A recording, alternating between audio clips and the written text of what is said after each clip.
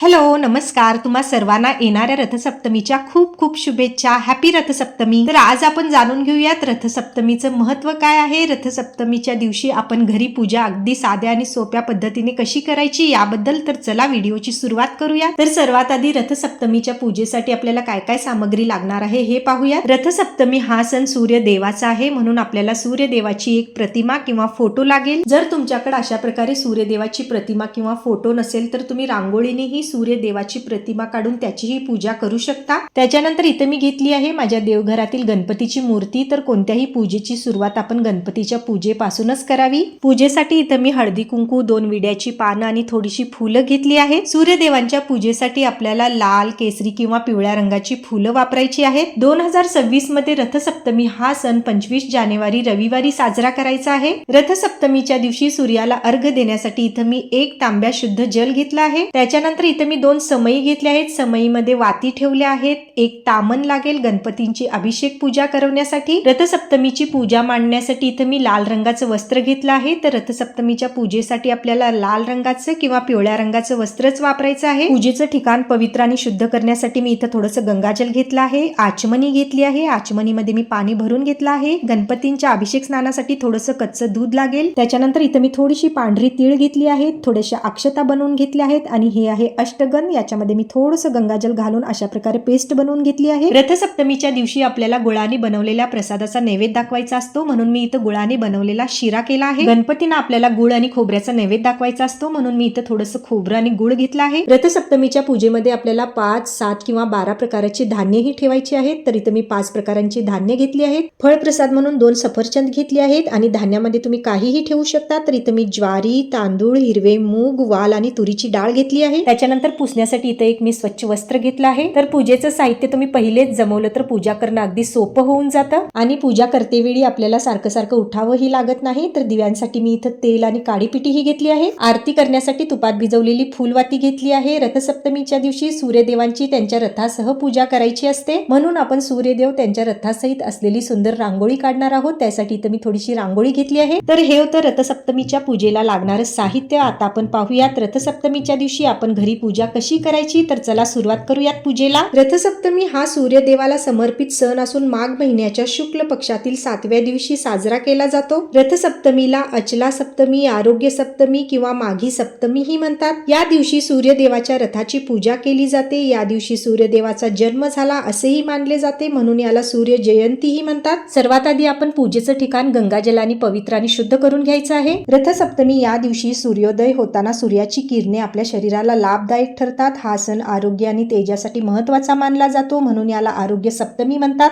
या दिवशी पवित्र नदीमध्ये स्नान करावे. सूर्य उदयाच्या वेळी दूध उतू घालावे, यामुळे आपल्या घरात सुख समृद्धी येते. रथसप्तमीची पूजा मांडण्याआधी आपण पूजेच्या ठिकाणी रांगोळीने स्वस्तिक काढून त्याच्यावर थोडंसं हळदी कुंकू वाहावं. रथसप्तमी हा दिवस सूर्यदेवाच्या पूजेसाठी आणि त्यांच्या प्रति कृतज्ञता व्यक्त करण्यासाठी महत्वाचा दिवस आहे. या दिवशी पवित्र नद्यामध्ये स्नान, दान, होम केल्याने आपल्याला पुण्य फळाची प्राप्ती होते. पूजेच्या ठिकाणी स्वस्तिक काढून याच्यावर एक पाट ठेवला. आता या पाटावर आपण लाल वस्त्र अंथरूयात. रथसप्तमी या दिवशी सूर्यदेवाची उपासना केल्याने शरीरातील तेज तत्व वाढते. रथसप्तमीला सूर्यदेवाला अर्घ्य देणे, मंत्रोच्चार करणे किंवा सूर्याच्या रथाची पूजा करणे ही या दिवसाचे मुख्य विधी आहेत. पाटावर लाल वस्त्र अंथरल्यानंतर आपल्याला सर्वात आधी दिवे लावायचे आहेत. तर दिवे ठेवण्याच्या जागी आपण थोडंसं तांदूळ, हळदी कुंकू वाहावं, मग त्याच्यावर दिवे ठेवावे. दोन्ही दिव्यांनाही हळदी कुंकू, अक्षता व्हायच्या आहेत आणि त्याच्यानंतर आपल्याला दिवे लावायचे आहेत. तर इथं मी आता दिवे लावून घेते. रथसप्तमी या दिवशी पहाटे लवकर उठावे, सूर्यदेवाला अर्घ्य द्यावे. ओम गृहिणी सूर्याय नमः या मंत्राचा जाप करावा. ज्यांना गरज आहे त्यांना धान्य आणि कपड्याचे दान करावे. दिवे लावल्यानंतर दिव्यांना नमस्कार केला. आता मी इथं 2 विड्याची पानं ठेवली आहेत. विड्याच्या पानावर थोडंसं तांदूळ आणि हळदी कुंकू वाहिलं. तर याच्यावर आपल्याला गणपतींना विराजमान करायचं आहे. तर त्याआधी आपण गणपतींना स्नान अभिषेक करून घेऊयात. रथसप्तमी या दिवशी पवित्र स्नान आणि दान करण्याचा शुभ मुहूर्त आहे. सकाळी 5:26 पासून ते 7:13 गणपतींना स्नानाभिषेक करवताना ओम गण गणपतये नमः या मंत्राचा जाप करावा. तर इथं मी गणपतींना सर्वात आधी शुद्ध जलाने, त्याच्यानंतर दुधाने आणि त्याच्यानंतर परत एकदा शुद्ध जलाने स्नानाभिषेक करून घेतला. रथसप्तमी हा दिवस मकर संक्रांती पासून सुरू होणाऱ्या हळदी कुंकू कार्यक्रमाचा शेवटचा दिवस असतो. तर आता इथं मी गणपतींना स्नानाभिषेक करून घेतलं. आता त्यांना स्वच्छ कापडाने छान पुसून घेऊयात आणि त्यांच्या स्थानावर त्यांना विराजमान करूयात. सूर्यदेवांच्या रथातील 7 घोडे आठवड्याचे 7 दिवस दर्शवतात आणि सूर्यदेवांच्या रथांची 12 चाके 12 राशींचे प्रतीक मानली जातात. तर आता मी इथं गणपतींना त्यांच्या स्थानावर विराजमान केलं आणि हे अभिषेकचं दूध तुम्ही पूजेनंतर सर्वांना तीर्थप्रसाद म्हणून वाटू शकता. गणपतींना अष्टगंध, हळदी, कुंकू लावून घेतलं, फुलं अर्पण केली, त्याच्यानंतर गुळ खोबऱ्याचा नैवेद्य दाखवला, नमस्कार केला. आता आपण करूयात सूर्यदेवांची पूजा. रथसप्तमी या दिवशी आंघोळ करताना आपल्या डोक्यावर एक रुईचं पान ठेवून आंघोळ करावी. असं केल्यानं आपलं आरोग्य सुधारते आणि नकारात्मक ऊर्जा दूर होते. तर आता मी इथं सूर्यदेवांची प्रतिमा स्वच्छ पुसून घेतली. आता आपण सूर्यदेवांना अष्टगंध आणि कुंकवाचा टिळा लावायचा आहे. रथसप्तमी हा एक आरोग्यदायी आणि आध्यात्मिक दृष्ट्या महत्वाचा सण आहे, जो सूर्यदेवाच्या उपासनेद्वारे जीवनात आनंद आणि समृद्धी आणतो. सूर्याला प्रतिदिन अर्घ्य दिल्याने अंधकार नष्ट करून जग प्रकाशमय करण्यासाठीचे बळ सूर्याला प्राप्त होत असते. तर आता मी इथं सूर्यदेवांना फुलं चढवून घेतली, फुलांचा श्रृंगार केला. रथसप्तमी या दिवशी आपण सूर्यदेवांची त्यांच्या रथासह रांगोळी काढायची असते. तर इथं आता मी सूर्यदेवांची त्यांच्या रथासह छान रांगोळी काढून घेते.